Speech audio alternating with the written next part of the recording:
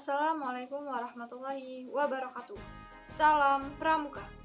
Izin memperkenalkan diri, nama saya Dea Anesta, NPM 2113022050, Program Studi Pendidikan Fisika, Fakultas Keguruan dan Ilmu Pendidikan Universitas Lampung. Di sini, saya akan melanjutkan Undang-Undang Kepramukaan dari pasal 32 sampai pasal 39. Baik, yang pertama saya akan bahas adalah pasal 32.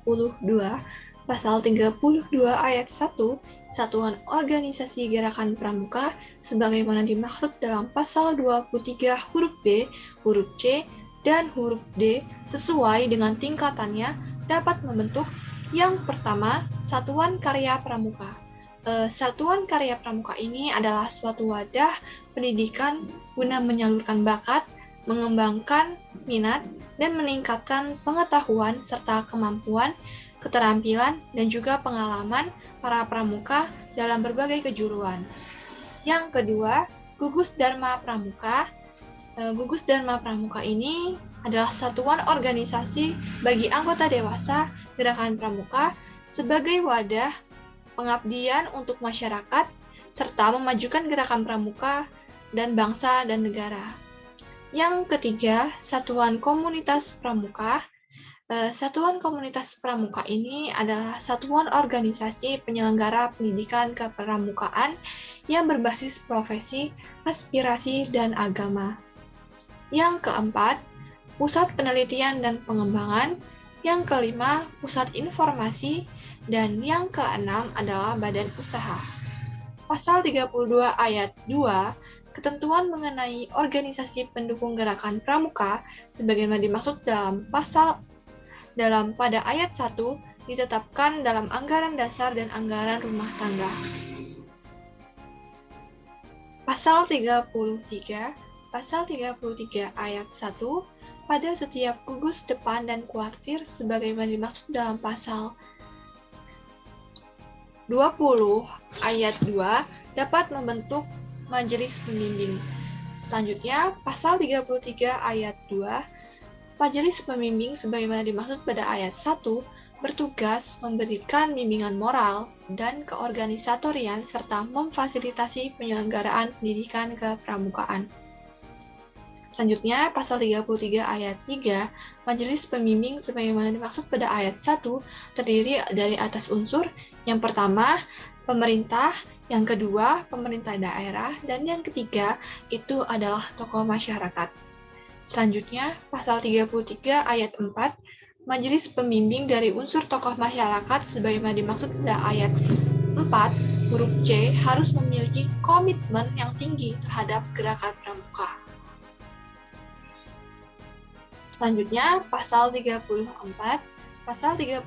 ayat 1, ketentuan lebih lanjut mengenai tugas, fungsi, tanggung jawab, susunan organisasi, dan tata kerja gugus depan, kuartir, dan majelis pembimbing ditetapkan dalam anggaran dasar dan anggaran rumah tangga gerakan pramuka. Selanjutnya, pasal 34 ayat 2, anggaran dasar dan anggaran rumah tangga gerakan pramuka sebagaimana dimaksud pada ayat 1 ditetapkan oleh Musyawarah Nasional. Selanjutnya, pasal 35 ayat 1, gerakan pramuka sebagaimana dimaksud dalam pasal 20 ayat 2 memiliki atribut berupa yang pertama lambang. Lambang pramuka adalah tanda pengenal organisasi gerakan pramuka yang memiliki sifat tetap.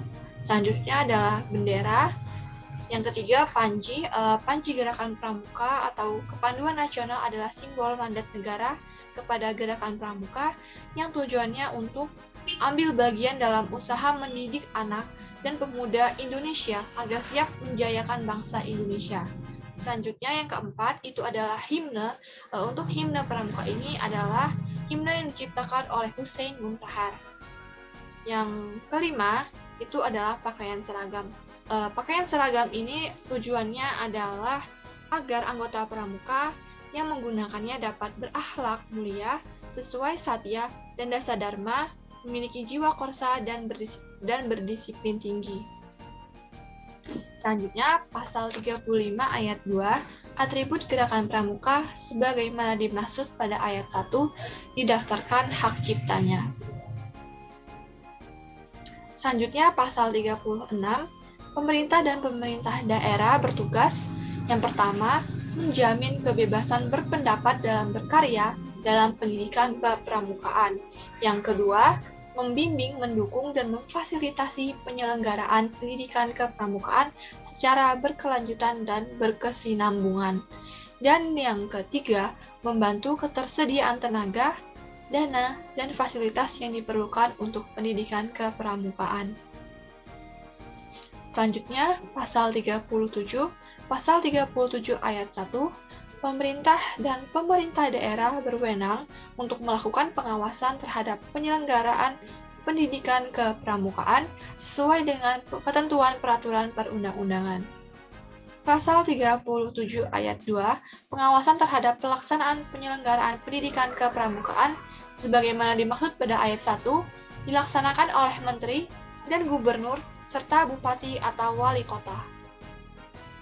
Selanjutnya, pasal 38.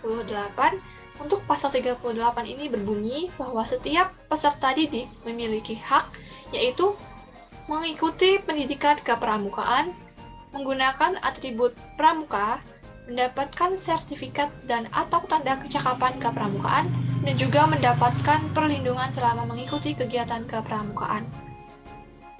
Pasal terakhir yang akan saya bahas adalah pasal 39. Untuk pasal 39 ini berbunyi bahwa setiap peserta didik berkewajiban yang pertama, melaksanakan kode kehormatan kepramukaan, yang kedua, menjunjung tinggi harkat dan martabat pramuka, serta mematuhi semua persyaratan dan ketentuan pendidikan kepramukaan. Baik, mungkin itu saja yang dapat saya sampaikan. Saya memohon maaf apabila terdapat kesalahan dalam menjelaskan atau bertutur kata. Saya akhiri. Wassalamualaikum warahmatullahi wabarakatuh. Salam Pramuka.